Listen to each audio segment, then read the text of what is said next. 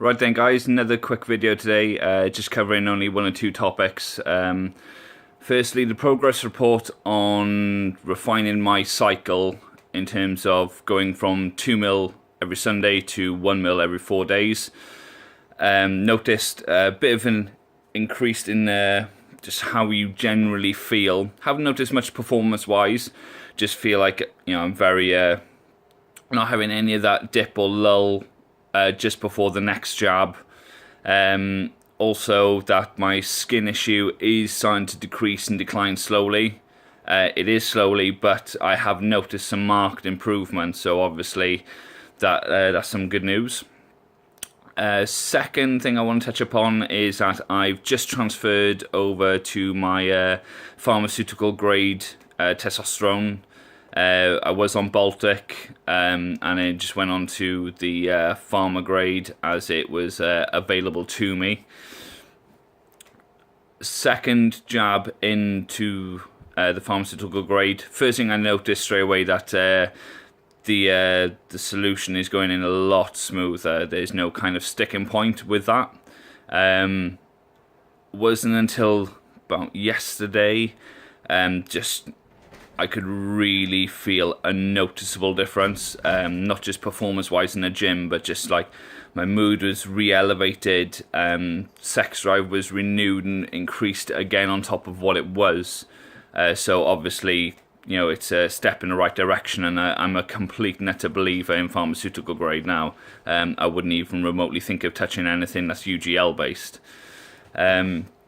So yeah, there's that. And then the final point I want to touch upon is in terms of training, in terms of a performance base. Now, what I mean by this is, accommodating and designing your eating structure. It's not a diet, it's an eating structure and it's an eating plan where it's going to maintain and increase and elevate your performance.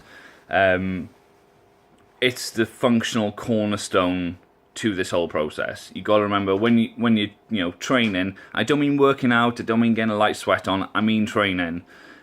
It's not just it's 70% diet and blah blah blah. No, it's 100% diet. It's 100% training and it's 100% recovery. Whether it be sleeping, or foam rolling, or stretching, or whatever, you should be giving it 100% all the time. And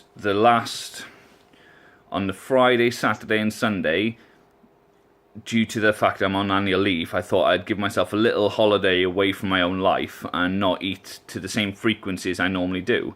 I still ate a high calorie amount, but nowhere near the kind of same macros that I should have been eating. And I came to train legs on a Monday. I felt pretty much normal, didn't feel, any weaker. When it came to doing heavy back squats, I noticed a knee issue after about 165 kilo. So training to feel, always train how your body responds. If you feel good, really push the boat out. If you're not feeling so hot, or you got a few little niggles now, hold back. You should be listening to your body. And so I decided, instead of going up in weight each set, I decided to cruise at that 165 kilo for a further 3 sets of 5, and smashed that out no problem. When it came to the last set, I decided to increase it to about 190. First rep, absolutely threw it up, no issue whatsoever. Knee felt good. When it came to the second rep, I don't know what it was, whether it was my positioning of my body or the rebound maybe in the very bottom of the movement, but the bar became displaced and it completely threw me off. So I was stuck in the hole just above the safety bars typically, so I was basically trapped underneath the weight and having to throw it off my back. Didn't cause any major damage or major injury, just it was inconvenient, it was really fucking annoying, and it did hurt at the time. Thankfully, no lasting damage, so that's a big thing to take into consideration. Not only that, you're training right and you're pushing when you can't continue to make progress. You're gonna have sticking points if you're pushing yourself to the limit. If you're always doing better, are you really pushing as hard as you could be? And that's the thing you gotta keep in mind and keep into yourself, is that it is a journey and it's a never-ending journey. So you better start getting used to the fact that enjoying the sights along this journey, because if your only focus and only goal is at that finishing point, let me let you into a little secret. You'll never ever reach it, because if you do, there'll be very, very quick thoughts in your head saying that, oh, this could be a little bit better, or I could change this. So you've got to keep that in mind, the fact of your goal is always going to change. No matter how big, fast or strong you get, there'll always be room for improvement. So start enjoying the journey, guys, and remember that, you know, you should be pushing hard, you should be training. Don't be deterred by these little setbacks. Just stay safe.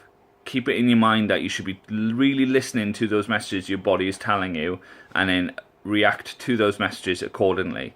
It's better to have one shit training session than have a couple of months where you are fucked up and there's nothing you can do about it. Anyway, guys, take it easy, and there'll be another video up shortly.